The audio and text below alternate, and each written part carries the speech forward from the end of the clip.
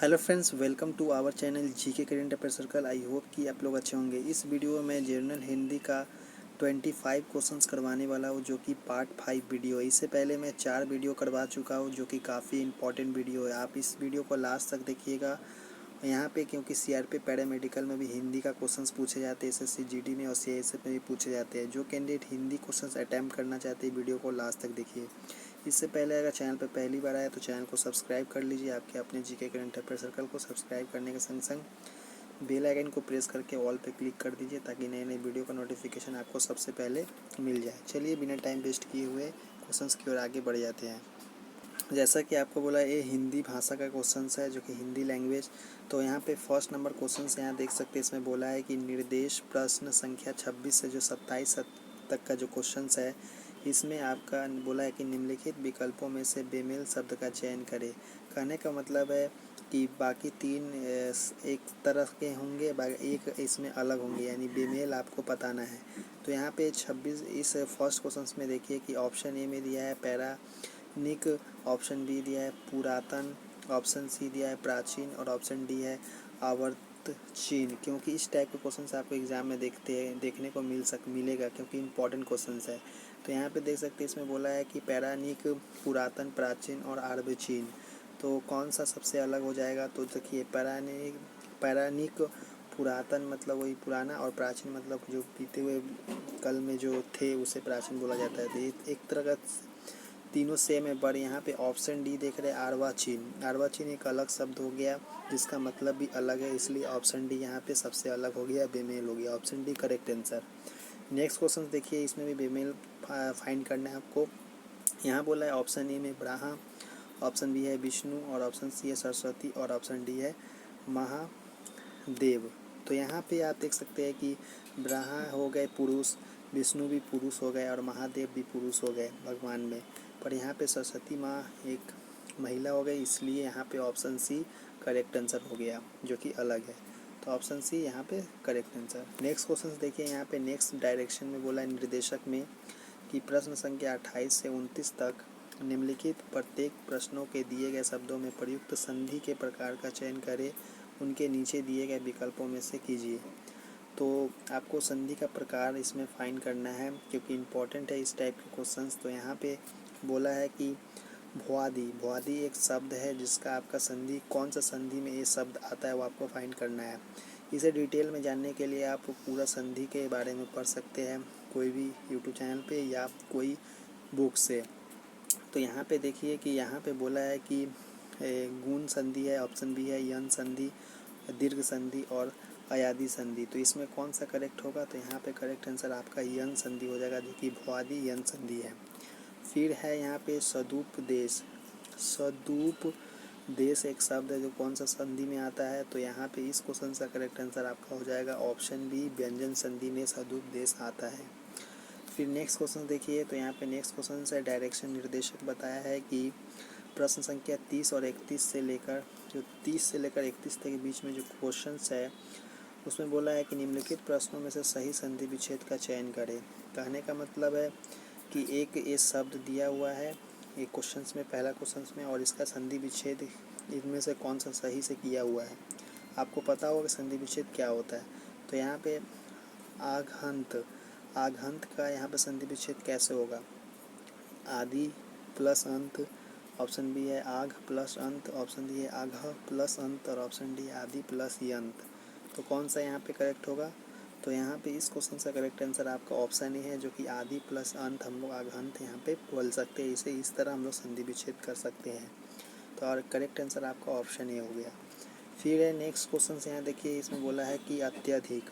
अत्यधिक एक शब्द है जिसमें का संधि विच्छेद आपको बताना है। तो ऑप्शन ए है अत प्लस अधिक, ऑप्शन बी है अति प्लस अधिक, ऑप्शन सी है अत्य प्लस अधिक और ऑप्शन डी इनमें से कोई नहीं।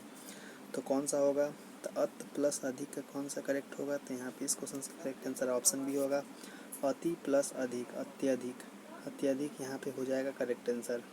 तो ऑप्शन बी करेक्ट आंसर। कुछ इस तरह हम लोग संधि विच्छेद कर सकते हैं। फिर नेक्स्ट देखिए, तो नेक्स्ट क्वेश्चन में बोला है यहाँ पे कि निर्देश 32 से 33 क्वेश्चन में बोला है कि निम्नलिखित प्रत्येक शब्द के लिए दिए गए विकल्पों में से उपयुक्त समास छांटिए। अब आपको समास छांटना है। समास पे आपको पता होगा बहुविग्रीय समास, द्वंद्व समास, ये काफ़ी प्रकार के होते हैं जो कि आपको पता होगा। तो यहाँ पे एक शब्द है, जैसे बोला है कि युद्ध भूमि, युद्ध भूमि का इसमें से समास छांटना है आपको कि कौन सा समास में ये युद्ध भूमि आता है। तो यहाँ पे पहला दिया तत्पुरुष समास, ऑप्शन बी है बहुविग्रीय समास, ऑप्शन सी है द्वंद्व समास और ऑप्शन डी है कर्मधारय समास। तो इस क्वेश्चन का करेक्ट आंसर हो जाएगा कौन सा, तो यहाँ पे करेक्ट आंसर ऑप्शन हो जाएगा तत्पुरुष समास में आपका युद्ध भूमि आता है। फिर नेक्स्ट है दीनानाथ। दीनानाथ एक शब्द है जिसका आपको बताना है कि कौन सा समास में आता है। तो ऑप्शन ए है कर्मधारय, ऑप्शन बी है बहुविग्रीय, ऑप्शन सी है द्विगु, ऑप्शन डी है द्वंद्व। तो इस शब्द का जो समास आता है आपका करेक्ट आंसर ऑप्शन ही हो जाएगा कर्मधारय समास। फिर नेक्स्ट क्वेश्चन देखिए, तो नेक्स्ट क्वेश्चन बोला है यहाँ पे, ये काफ़ी लंबा आपको देखने को मिल रहा है। यहाँ पे बोला है कि 34 और 35 क्वेश्चन है।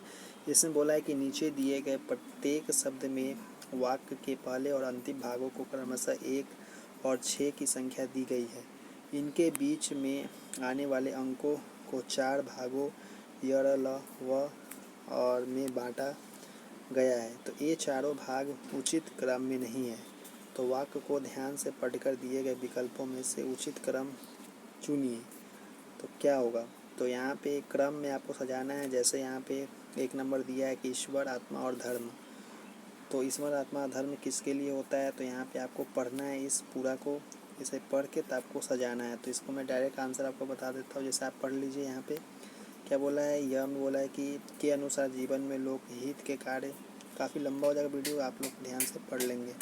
तो यहाँ पे इस क्वेश्चन का करेक्ट आंसर क्या होगा, तो इसका करेक्ट आंसर आपका ऑप्शन बी हो जाएगा।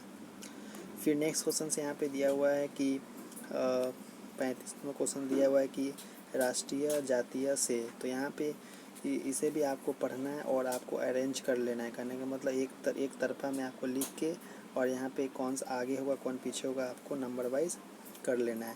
तो यहाँ पे इस क्वेश्चन का करेक्ट आंसर आपका ऑप्शन बी हो जाएगा। फिर नेक्स्ट क्वेश्चन देखिए, तो नेक्स्ट क्वेश्चन बोला है कि निम्नलिखित में से कौन सी पुस्तक महादेवी वर्मा द्वारा लिखित नहीं है। ऑप्शन ए है उर्वशी, ऑप्शन बी है स्मृति के रेखाएँ, ऑप्शन सी है यामा, ऑप्शन डी है पथ के साथी। तो कौन सा पुस्तक है जो कि महादेवी वर्मा द्वारा लिखित नहीं है, बाकी 3 है पर 1 नहीं है। तो यहाँ पे इस क्वेश्चन का करेक्ट आंसर आपका ऑप्शन ही हो जाएगा उर्वशी एक पुस्तक है जिसका लेखक महादेवी वर्मा जी नहीं है। बाकी स्मृति रेखा, यामा और पथ के साथी महादेवी वर्मा की लेखक है। तो ऑप्शन यहाँ पे करेक्ट आंसर हो गया। फिर नेक्स्ट क्वेश्चन है यहाँ पे दिया हुआ कि निर्देशक प्रश्न संख्या 37 से 38 तक निम्नलिखित में से प्रत्येक पदांश को समझकर सही छंद का चयन कीजिए। तो यहाँ पे सही शब्द का चयन करना है। जैसे यहाँ पे पहला क्वेश्चन दिया है कि मातृभू सी मातृभू है, तो अन्य में से तुलना नहीं है, तो क्या है, तो ऑप्शन ए है सोठा, ऑप्शन बी है सबेया, ऑप्शन बी है बड़बय और ऑप्शन डी है गीतिका। तो कौन सा होगा, तो इस क्वेश्चन का करेक्ट आंसर आपका ऑप्शन डी हो जाएगा गीतिका।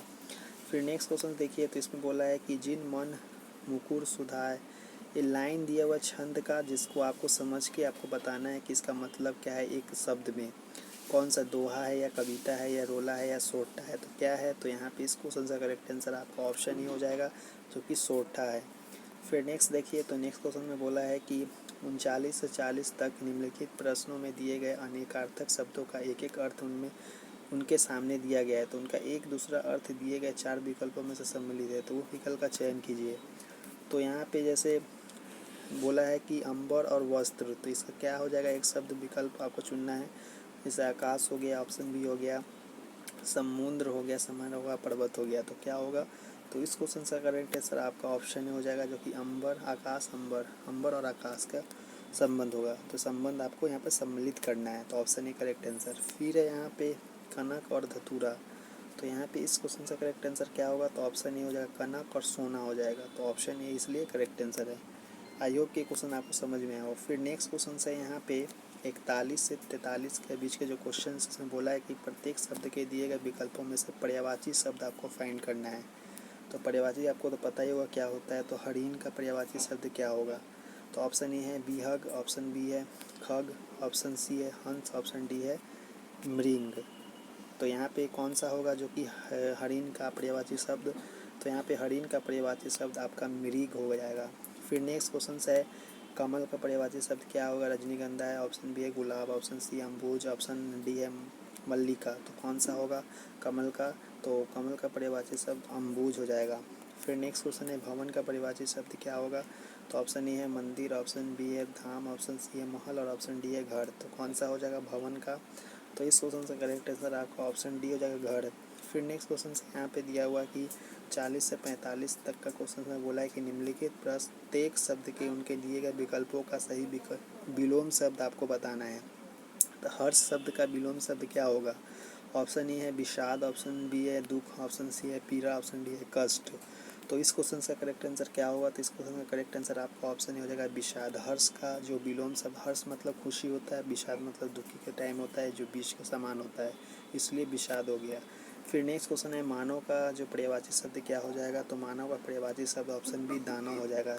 मानव और दानव में अलग हो गया, दानव राक्षस हो गया। फिर नेक्स्ट क्वेश्चन से यहाँ पे कि बोला है कि 46 से 47 के बीच में जो क्वेश्चन में बोला है कि निम्नलिखित में दी गई रचनाओं का रचयिता का नाम विकल्पों में से ज्ञात कीजिए। जैसे दोहा कोश का रचयिता कौन है? तो यहाँ पे इस क्वेश्चन का करेक्ट आंसर आपका हो जाएगा ऑप्शन सी सरहपाद। फिर नेक्स्ट है चंद्रकांता का क्या हो जाएगा? चंद्रकांता का, तो यहाँ पे इस क्वेश्चन का करेक्ट आंसर आपका ऑप्शन सी बाबू देवकी नंदन खत्री हो जाएंगे।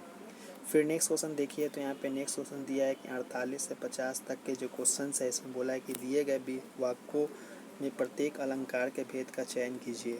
तो यहाँ पे फर्स्ट में बोला है कि ध्वनिमयी करके गिरी कंदरा, तो इसका मतलब क्या है? और कलित कानन लेकी निकुंजंग। तो इस क्वेश्चन का मतलब क्या है? उस लाइन को आपको पढ़ना है और इसका मतलब आपको एक शब्द में बताना है। तो छंद का, तो यहाँ पे इस क्वेश्चन का करेक्ट आंसर आपका ऑप्शन बी हुआ वृत्यानुप्रास। फिर नेक्स्ट है यहाँ पे कि रंभा झुमता को कहा कऊच दिन दिन के हेत तुमते केते है गए और है यही खेत। तो इसका जो लाइन को पढ़ के आपको छंद को समझना पड़ेगा। आप पढ़े होंगे तो आपको पता हुआ था। यहाँ पे ऑप्शन डी हो जाएगा अनियोगित। फिर नेक्स्ट है और लास्ट है इस वीडियो का क्वेश्चन, इसमें बोला है कि बड़े न हुजे गुणन बीरू बिरद बराई पाए कहत धतूरे सो कनक कहनो गढ़ो न जाए। तो इस क्वेश्चन का करेक्ट इसका मतलब क्या है? तो ऑप्शन सी इसका मतलब हो जाएगा जो कि अर्थानंत यास यहाँ पे करेक्ट आंसर हो जाएगा। तो कुछ इस तरह के क्वेश्चंस आपको डेली अगर करने तो चैनल पे जुड़े रहे, क्योंकि डेली में इस टाइप के क्वेश्चंस आपको देते रहेंगे। चैनल पे पहली बार है तो सब्सक्राइब कर लीजिए। चलिए नेक्स्ट वीडियो मिलते हैं, धन्यवाद देखने के लिए।